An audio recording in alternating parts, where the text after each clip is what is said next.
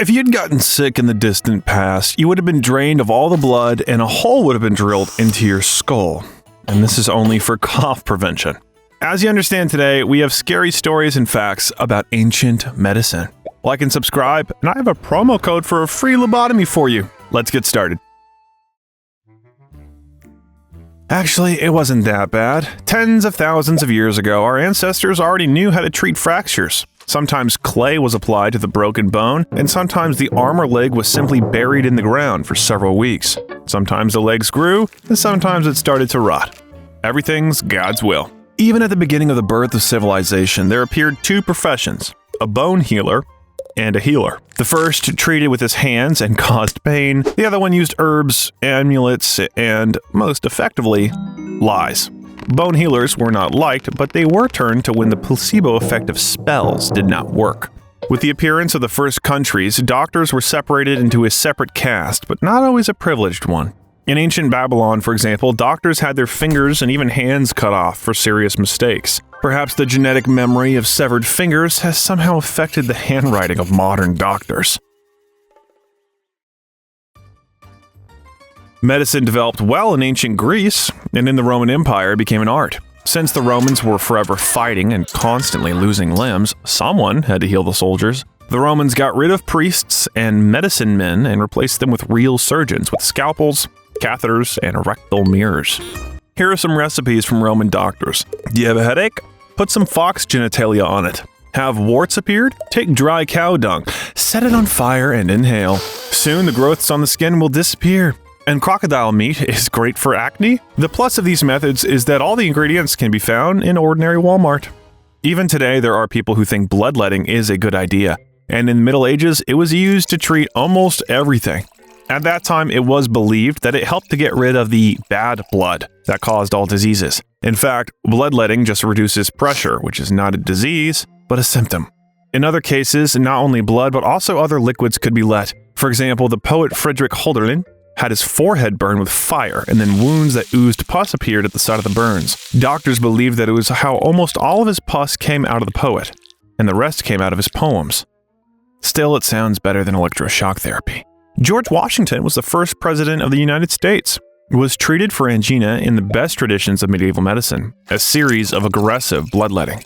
He died on December 14, 1799 at the age of 67 when there was nothing left to let. During this procedure, he lost almost 6.5 gallons of blood, but somehow it did not help.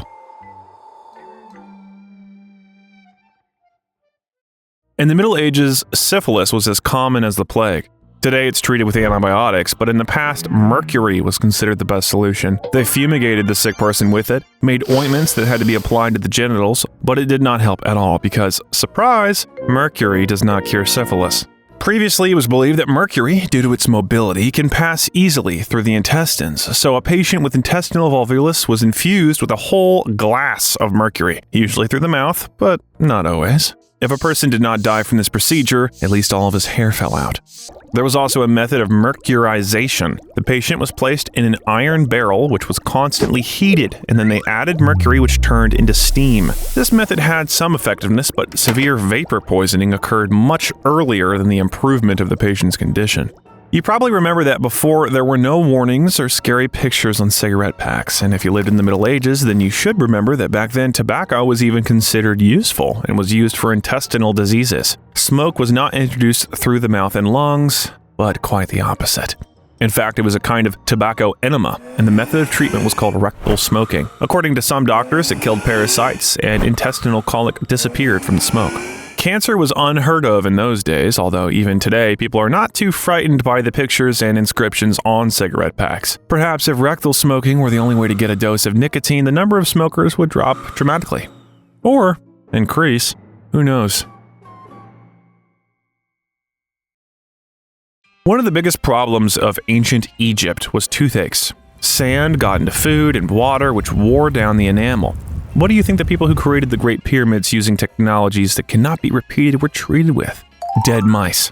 From the bodies of the poor creatures, they made puree or paste and then applied it to a sick tooth. In general, the Egyptians were not only treated with dead mice, but also with the excrements of other animals. They were rubbed with feces of pigs, donkeys, and lizards. Excrements were eaten.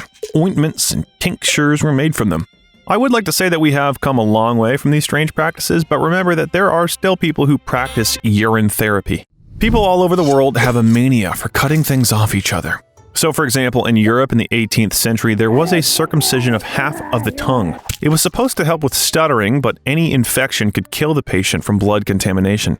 When the patient died, the procedure was deemed successful because, hey, he still stopped stuttering. Since ancient times, people have eaten their own kind for ritual purposes, as well as to cure diseases. So, for example, ancient Roman doctors advised their patients to drink the blood of freshly killed gladiators in order to receive a share of their strength. The practice of eating human parts continued until the Middle Ages, when doctors began to experiment with corpses. Despite the conflicting results, until the end of the 19th century, it was believed that human remains could be a cure for many diseases and even be able to postpone death. To treat cataracts, pharmacists made a powder from dried human excrement, which the patient sprinkled on the affected eyes. Even monarchs used such eccentric methods. For the King of England, Charles II, court physicians prepared royal drops. Their recipe was simple.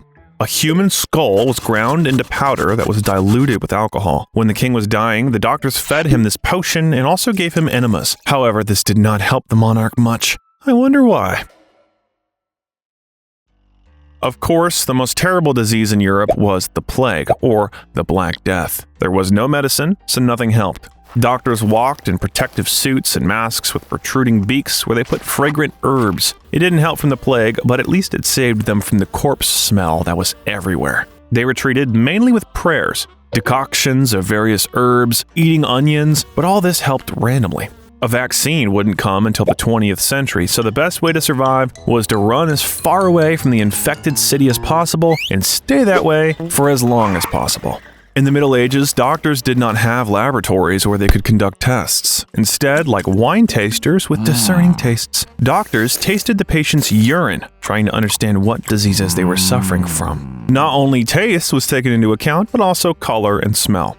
It sounds strange, but these tasters made a real breakthrough in medicine. Since certain regularities were nevertheless traced, they created a special wheel of urine. That is a diagram drawn with the colors of urine and captions what this color meant.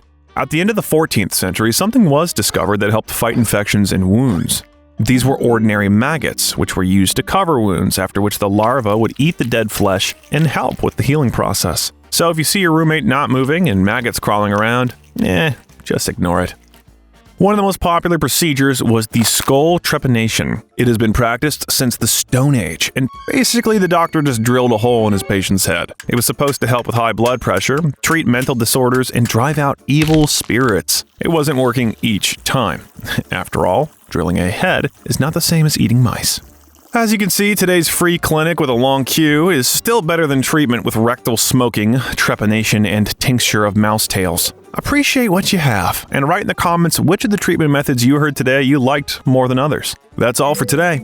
Thanks for watching and for the likes. I'll see you again soon if I can find a way to cure this thing.